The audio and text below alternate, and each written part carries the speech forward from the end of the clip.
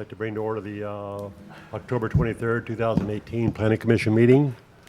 Roll call, our chairman, Mr. Wassinger, is absent, but we have Commissioner Phillips, McFeeters, our newest member, Debbie Schwab, to my right, and Commissioner Hovey. So. Just correction if I may, Mr. Freeman, Mr. McFeeters is absent this evening. Oh, I'm sorry. Okay, Mr. McFeeters is absent. Okay. With that, the first order of business will be to approve the September 25th, 2018 regular business meeting minutes. I have a motion. Second. Did you get a motion? Okay, we have a motion. We have a second. All in favor, say aye. Aye. Opposed? I'll abstain because I was not here. Our next order of business will be the public comments section. Do we have anybody from the public that's here? Seeing none, I'll close that section of the public meeting, and we'll go to our first public hearing. This is a comprehensive plan amendment. This is a public hearing.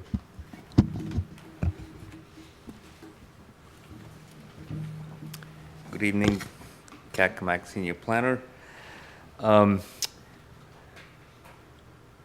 At the last meeting, we introduced the 2018 Comprehensive Plan amendments, which are limited basically to the capital improvements plan.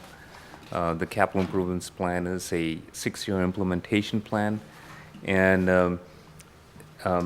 I have the slides from the previous meeting that has the process and so on, and I'll just skim through it. If you have any questions, let me know about the process. The way we come up with our capital improvements plan and the projects comes from various adopted plans. It's an implementation plan. This is just the structure of how our comp plan works. The capital improvements plan is right here. It's a plan implementation. You can see the transportation improvement plan as well. That kind of feeds into the capital improvements plan that then through the budget is implemented. Capital facilities are projects that are $50,000 and greater, expenditure of public funds, and usually has a life expectancy of 20 years. We also have capital maintenance projects, also $50,000 or more, life extension of 10 years. So those are the qualifications for making it into the capital improvements plan. So basically the plan kind of plans for the larger projects. There's several projects that are less than 50,000. They'll probably be assessed in the budget document, and they'll probably be addressed in different ways. But this one is to mainly manage the larger projects. We have 4 goals in our capital improvements plan. This is in your document. I won't go through it in detail, but it does talk about providing adequate facilities and services without decreasing level of service, following established policies and priorities, trying to finance things in the most economic and efficient way and in an equitable way. And of course, it has a comment about properties that annex into the city should also be served in a cost-effective way. So those are some of the goals of the capital improvement plan. We have several revenue sources that help fund our capital improvements. We have the general revenue fund, we have special revenues, motor fuel tax is a special revenue, we have debt service, we have grants, and then we have user fees and the enterprise funds that are served by accounts in the city. The fund structure system is set by our finance department, how they manage all the projects and where the money comes from and what pays for what projects. This is just the picture is in a shot from our budget document, so they manage all of those funds here. You'll see in the CIP sheets that were provided, you'll see the tables, which I do have. There are revenues at the bottom with some of the funds that sponsor all these projects. So you have the CIP document. Generally, it has goals and policies. It has an inventory of existing facilities, level of service, has the facilities plan, facility needs, and then some revenue projections. So, we shared with the Planning Commission some of the groupings we have in the CIP, streets, parks, water, sewer, at the last meeting. I didn't have numbers necessarily in terms of details related to it. Those we've, working with the Finance Department, we have some numbers, and we provided those sheets to the Planning Commission. It should be in the back of your packet. So these are just replicas of that.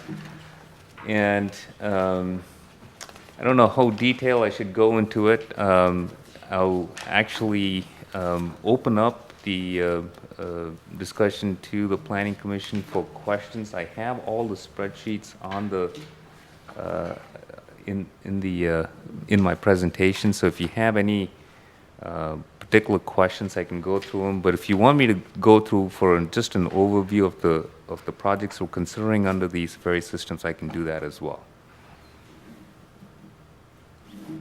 Can we take the time to go through it a little bit? Okay, There's- no problem. With the new members, and I'd missed a meeting as well, so I'd appreciate it. Absolutely, we could do that. So, for streets, so just to give you an idea of how the format of these sheets work, so the top half is just the project and the project costs, and then at the bottom we have the revenues, basically the revenues that are going to help fund those projects. So the most important one you want to focus on, most important years you want to focus on is the first 2 years, because it's kind of aligned with the budget. And if the budget is approved, what you're basically seeing is the implementation plan for 2019 and 2020 in these first 2 columns. So what do we have going forward? We have some street maintenance projects. We have the waterfront trail, Veterans Trail project. We have some initial work on the Northeast 7th Avenue. We're going to get into the design of that project in 2019 and 2020, potentially some right-of-way acquisition as well. We have the shoreline restoration midway to Regatta. This is a project actually that was added this year, and this is because of the way the water moves through Oak Harbor Bay. They have some certain patterns of erosion, and it's starting to kind of impact the section between Midway and Regatta. And so we're trying to catch it in advance. There seems to be some shoring up we need to do. And so that project has been added actually this year. It's a newer project.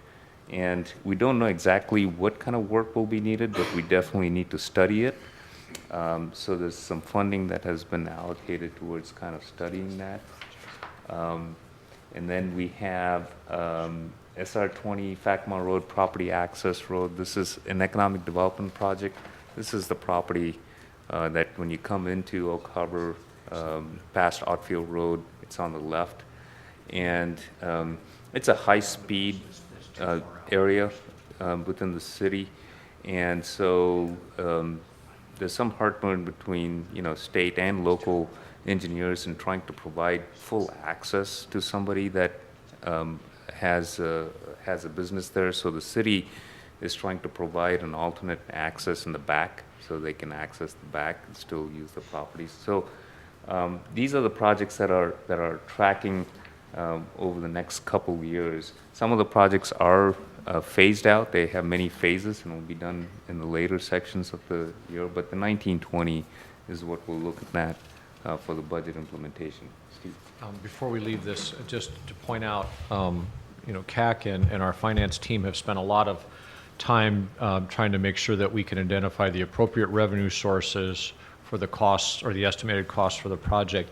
If I could draw your attention to the pavement maintenance project right at the top of the list, if you look over to 2021, just as an example, and we skim down that column down into the revenue sources, you see that there are no transportation impact fees which are being expended in that years of projects. The reason being is that impact fees can only be used for growth-related projects.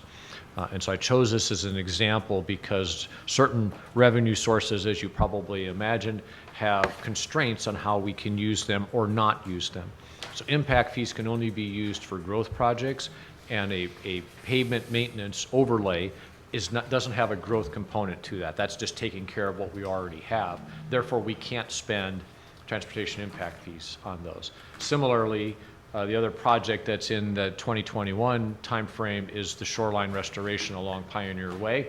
Again, that's not a growth-related project, so we're precluded from putting our impact fees in there. So what that means then is that we have to look to our other sources to help fund that project. So I just wanted to point out that not all of the sources can be used for all of the projects. There's a fairly elaborate dance that has to be gone through in order to figure that all out.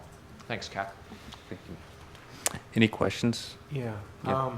Is that enterprise or is that the right? That's the Area. correct terminology, and that kind of street project is streets are non-enterprise because Right. we don't have a dedicated user fee. So those are non-enterprise projects, and then further hampered by the fact that we can't use impact fees on them. Thank you. Okay, Alright. let me ask a question as long as we're on this chart. The Northeast Seventh, which you know is one of my personal interests, on the Transportation Improvement Plan, which we reviewed here in July, that was mostly being spent in 2020 funds, year 2020, and now it's moved to 2024? We have, in the TIP, in the TIP, we had it split, some in 2020 and some in 2024. And that's because of the grant money that's coming. So the grant money, the TIP tracks the grant dollars that we're getting. But that doesn't mean we can't spend other dollars to do that project. So when we do the CIP, we kind of spread the money out a little differently than what the Transportation Improvement Plan does, because that tracks the grant dollars that come through. So, for example, Northeast 7th, in the TIP, maybe we have the money coming in either in 2019, I can't remember, I don't have a copy of it, either in 2019 or 2020. And that, at the bottom, if you can see, it should be under grants. There's some dollars that will be assigned to it, and then we'll have our share of it. And then in 2023, 2024, we have another expenditure related to it. And let me see if I can find some better information. I don't have the TIP with me. But it does track with the TIP. So maybe it's just that the way that the tip is laid out, it doesn't break it down other than starting years. It doesn't say finished years. After the TIP dollars we track them differently just because it's grant money and federal money. We can spend more money than what the TIP notes. So we spread the dollars out a little differently based on when we're going to pay for design, how long it's going to take, when do we start right-of-way acquisition.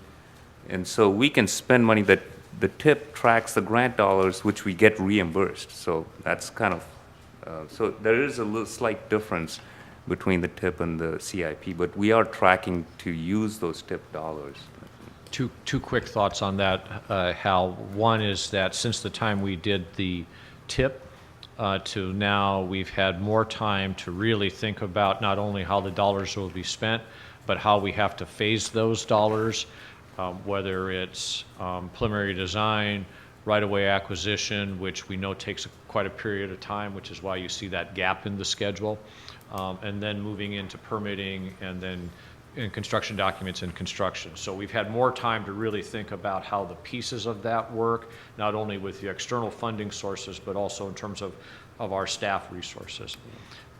Related to this, but also maybe related to other topics related on streets, is a reminder that the council did approve the formation of a transportation benefit district earlier this year.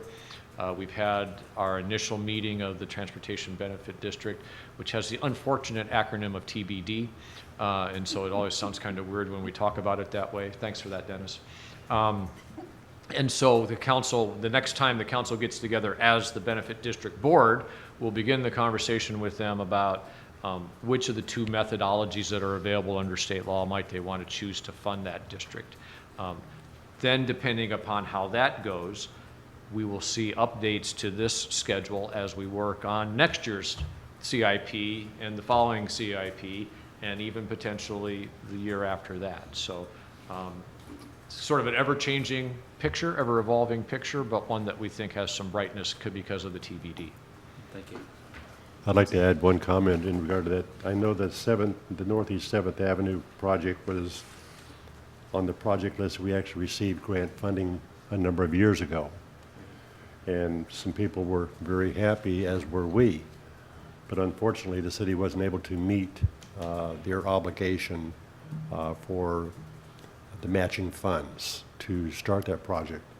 And now we find ourselves into an area of land acquisitions where the property values are extremely high, a lot higher now than they were when this project was actually getting funding, which kind of adds a little bit of drama to this whole situation, like any project would do.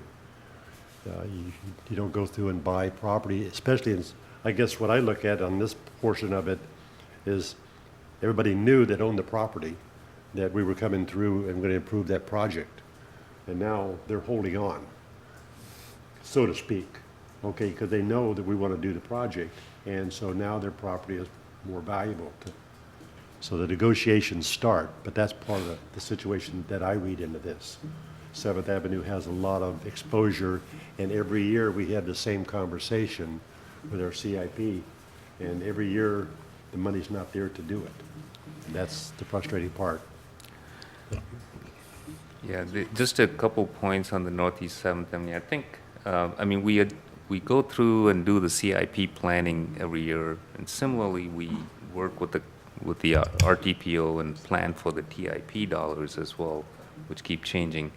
And I think the Northeast 7th Avenue was a victim of the Pioneer Way project, which was, the findings and all the work that needed to be done on Pioneer Way ate into the time and the resources that could have been allocated to other projects, which was unfortunate and which led to the schedule being changed. And so we have to, and talking about property values, again, when we started the Northeast 7th a long time ago, 6-7 years ago, the economy was down, and you have project estimates that are different. And when you do the project estimates when the economy's up, you get different numbers, but you never know what's going to happen in the next 7 years. So the timings of all of this, we try to do our best, but the market and economy and everything else also plays a part in how we accomplish these things.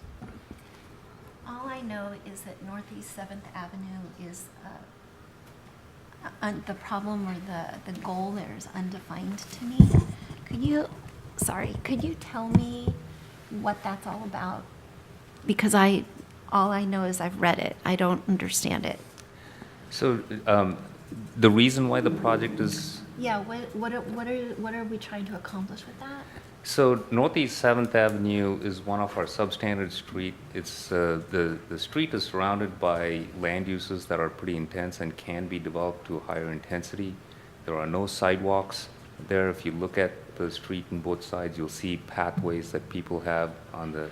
So it's just not a good situation. There are some multifamily apartment complexes that are being built there, and so generally that street is getting more and more use, but has limited capacity, and there are safety issues. So that's a project that's if you look at Oak Harbor and all the east-west streets, Whitby Avenue is the only street that goes all the way through the community. Every other east-west streets are all kind of tees into some street. They don't go all the way through. Northeast 7th Avenue is one of the east-west streets that connects the highway to a high-intensity development. So the traffic volumes and the safety factors make that an important street to consider. So kind of like widening the street, adding sidewalks, that kind of thing? That's correct, yeah. Illumination Yeah. There's not much, there aren't very many streetlights presently on it, so it's a less than desirable pedestrian environment from the level of facilities, but also from the lighting. Okay. And so we would also, I think, anticipate including of bicycle facilities as part of that as well. So on page 51 of the thing that Lisa gave us, it talks about the level of service standards, and SR20, it's Northeast 7th Avenue. This doesn't pertain to that then? That's a totally different issue? That's the intersection level of service, not the roadway segment. So what we're talking about on this sheet is the street itself, It's the not street the itself, intersection? not the intersection. Okay, that's all I needed to know. Thank you. You mentioned property values, or it was mentioned. On a project like this or any other similar projects like that, what happens to the property values in the surrounding area, in the very near vicinity? Do they go up or will they go down?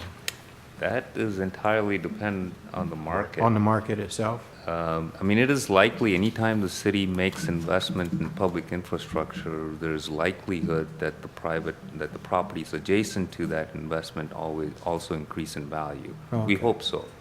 But sometimes that's not the case. It just depends.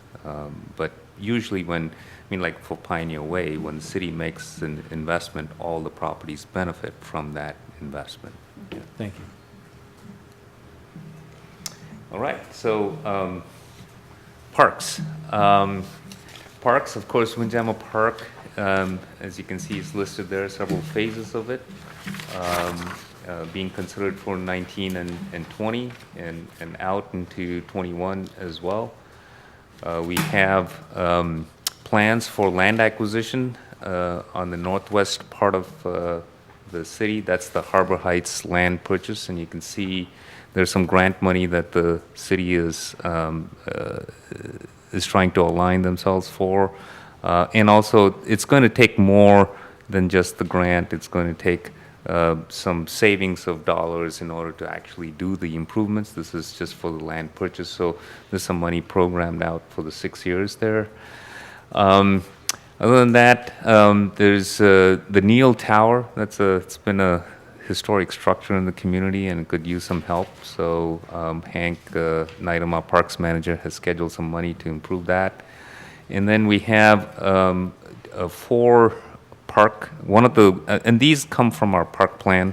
Our park plan says anytime, it talks about upgrading playground equipment. Most of our playgrounds and parks have been around for a long time. They need to be replaced.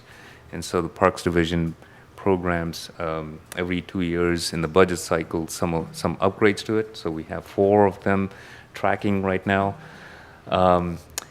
Pickleball has become a very popular sport in Oak Harbor, and so there's a community that has formed around it, and they have shown interest in developing or contributing towards some improvements to make pickleball courts. So we have some tracking on that one.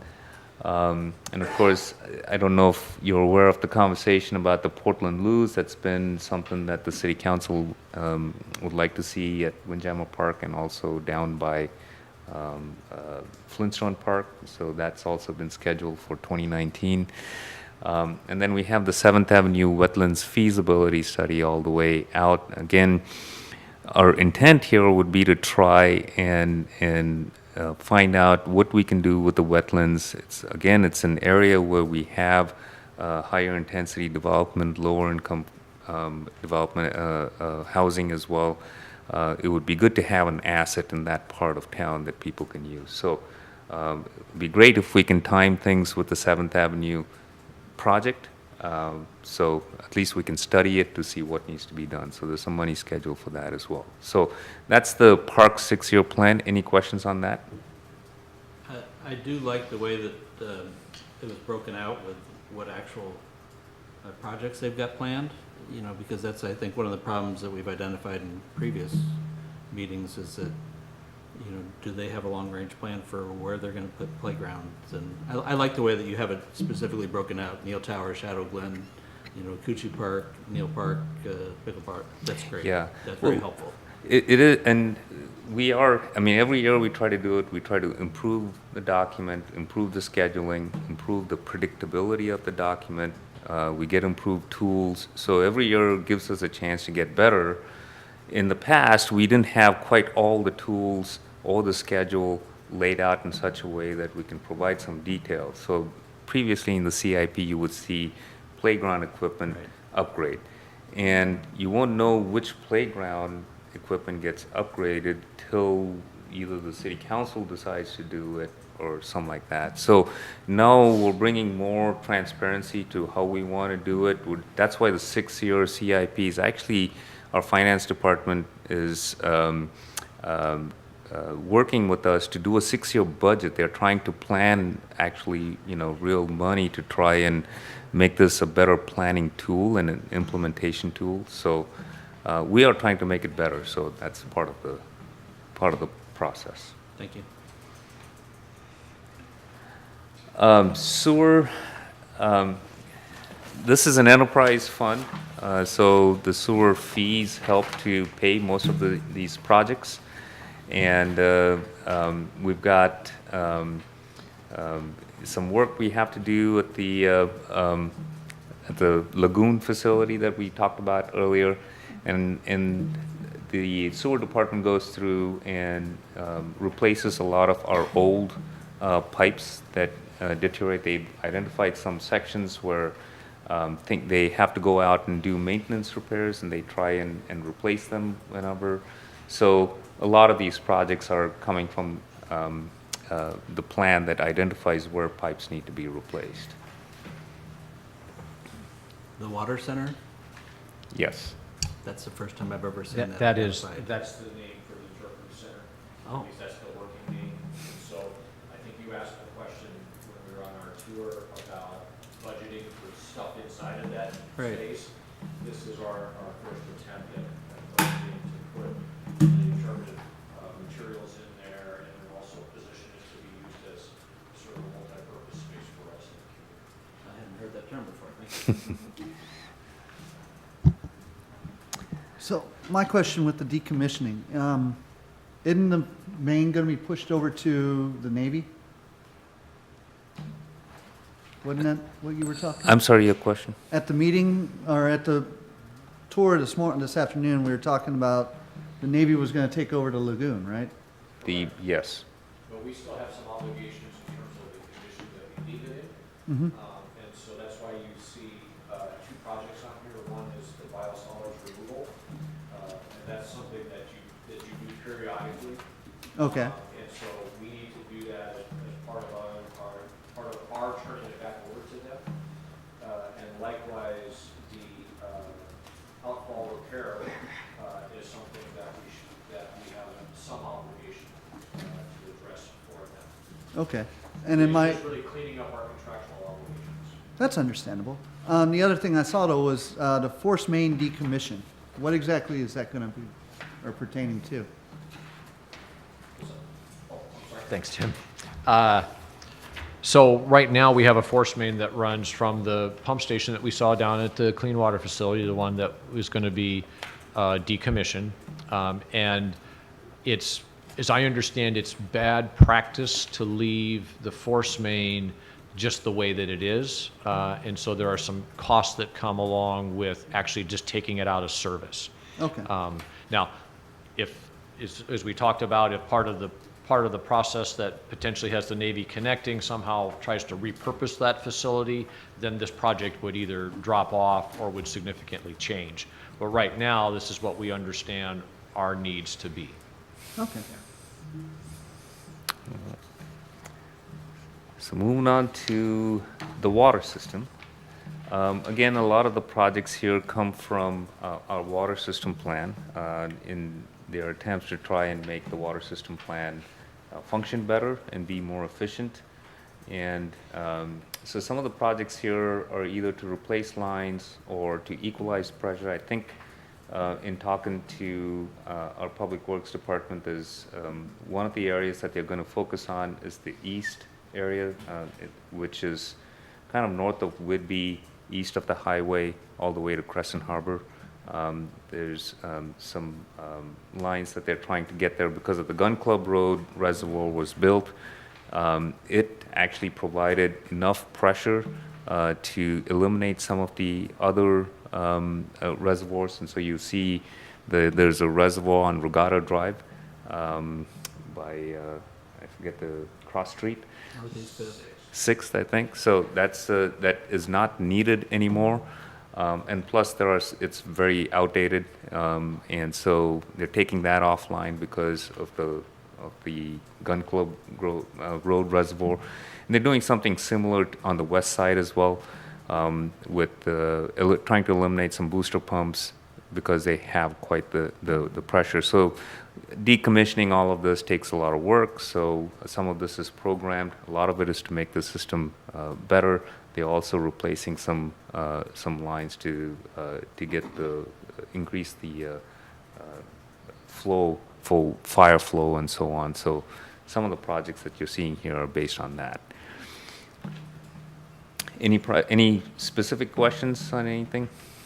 No, I'd just like to make one comment, Kak, and that's, I like the way that the format is done on your spreadsheets. It does create transparency, not so much in the past. And what a lot of the citizens have questions on or make comments to is what's being done, what isn't being done, and why can't it be done? Well, this kind of gives them an idea of all the things that are actually before us. And there's things that are not on here that's before us. And I think that's a lot of the misnomers, and so I applaud you for, what you're doing with this. Yeah, and I'm going to do one thing better for your next meeting, actually, is to try, so our finance department actually has created some sheets for each project, actually, which has the description of each project, and I see, yeah.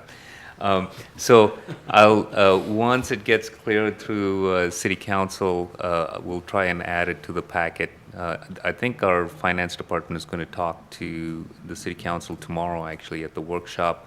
I'll clear it with them if the sheets are okay to share with you guys. And so at the next meeting, I'm hoping that I can provide some of those sheets, and that'll give you a little more detail on all the projects that we're doing, so that'll give you more information. So previously, we didn't have this mechanism of getting the sheets. All the project engineers or somebody in each department knew what was going on, but compiling that information and getting it to one is a process. It doesn't, as much as you think it's logical that happens, it is a process because it's many people handling many projects, and you have to coordinate it from a single department. And the finance department is doing a great job.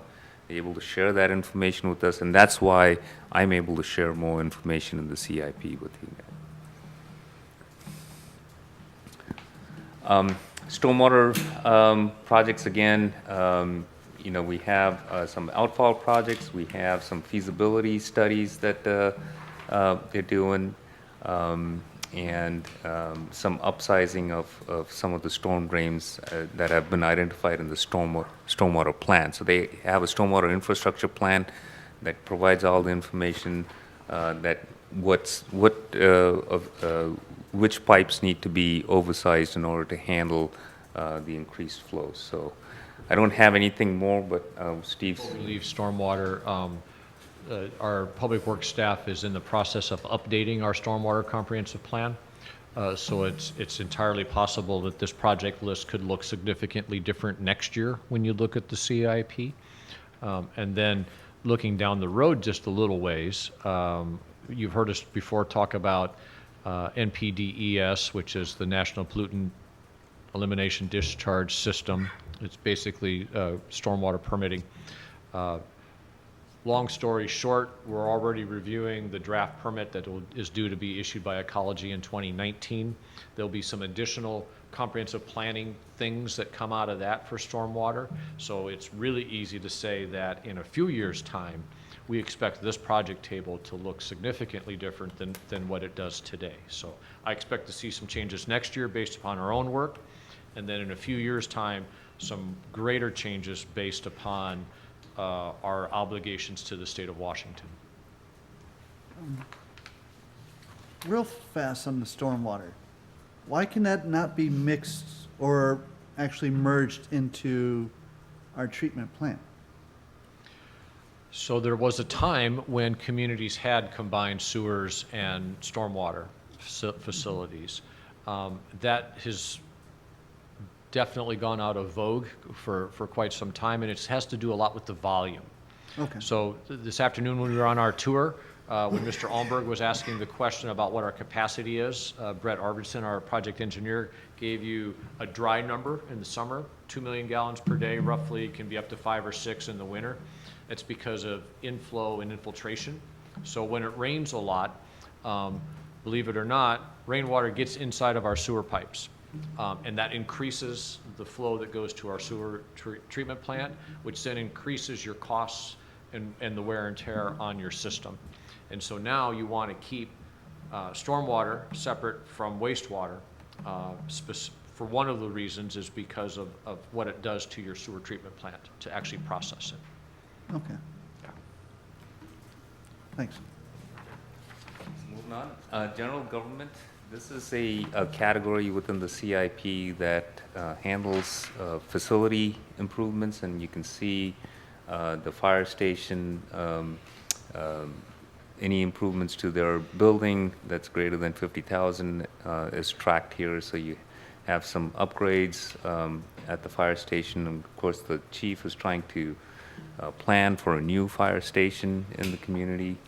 And then again, their department is going through some other upgrades, which is greater than 50,000, so we track those as well. So these are the projects that are tracking under general government. Senior Center, again, this is a roof replacement project for the Senior Center. It needs to be replaced. And of course, it's greater than 50,000, so again, we track that over here, slated for 2020. And then also the Marina. Marina is an enterprise fund, and there are some improvements that need to be done at the Marina. And so our harbor master has scheduled some projects. I think he's also seeking some grant funds to support some of these projects. So you can see at the bottom the grant money that he's anticipating to complete these projects. And most of his projects, his plans are to do them within the next budget cycle in the 2019 and 2020. So that basically summarizes all the various systems within the capital improvements plan.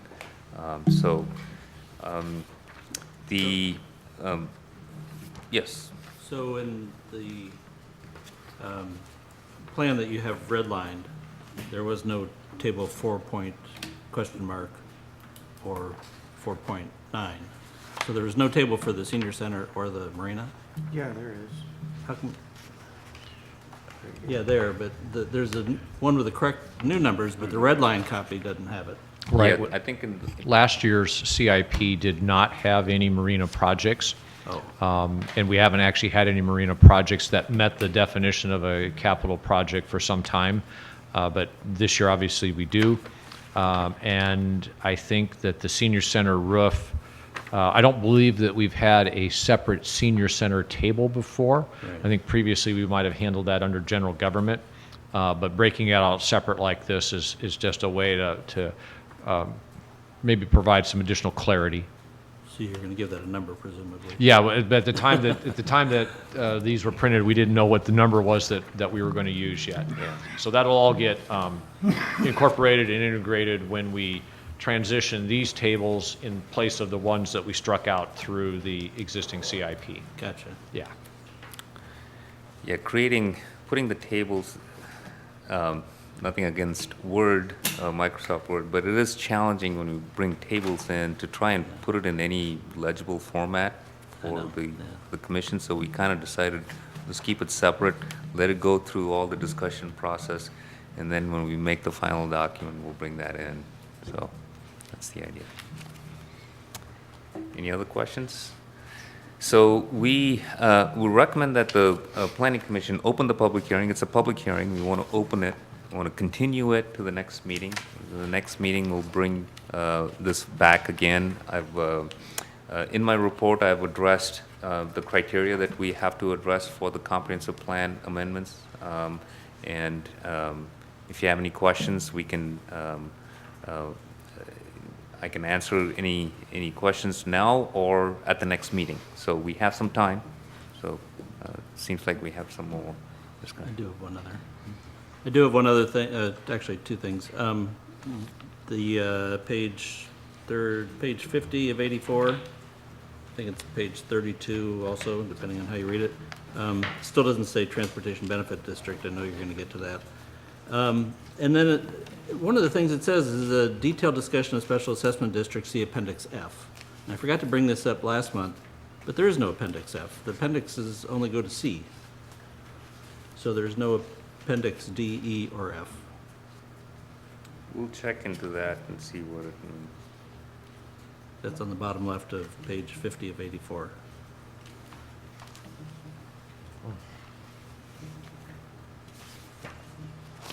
That's all I have. Just once, I want to note, and I think we did that, yeah.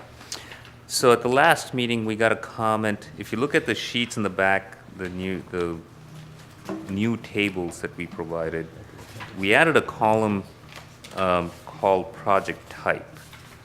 At the beginning, if you look at the sheets, And a second.